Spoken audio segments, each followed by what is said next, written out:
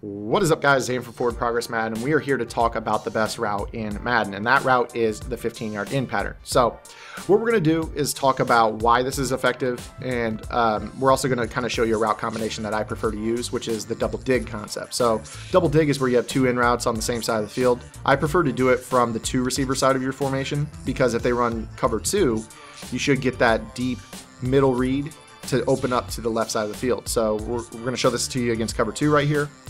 Watch how Dansby opens up, gives us a free 10 yards over the middle to our tight end running from the two receiver side of the formation. Now, what that's going to do is if they're playing cover two, they have to respect Bennett. So we'll simulate that by having him stay in user Bennett, since I don't have four hands. And what that'll do is it should open up the deep in route, because all we have to do is beat that other vertical hook. You can see right here that we just wait for him to cut over the middle, and if we don't take a sack right here, that 15-yard in route is going to be wide open. So we'll go ahead and do that one more time here, because practice mode decides that the pass rush is geeked compared to regular play. We step up in the pocket, and we're able to hit that read over the middle.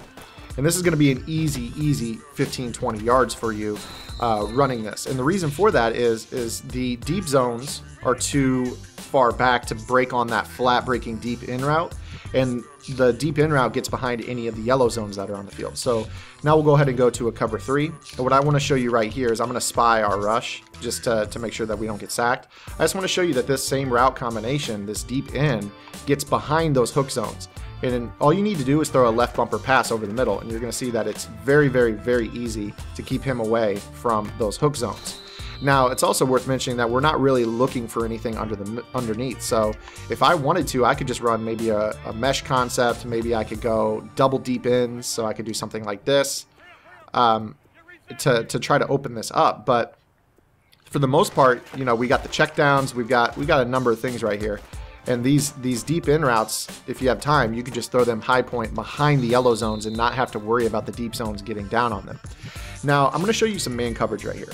Now, the point of this is that you don't have to have the highest route running rating in the world to beat man coverage. So what I'm going to do is I'm going to throw Jordy Nelson out there. Jordy's very good.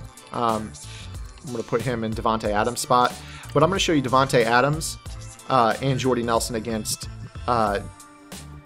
Patrick Peterson, who's one of the best man coverage corners. Now, he's one of the best because his rating's above 90. He's got 97 agility. So he doesn't really get beat in and out of cuts. Now, the reason that this is going to work is because the depth of the deep in route should turn Patrick Peterson's hips, giving us a little bit of separation. So you see right here, he cuts over the middle, and that's Davante Adams working against him. So imagine if you were actually using Julio Jones, Antonio Brown, Odell Beckham Jr., Chris Carter, Randy Moss.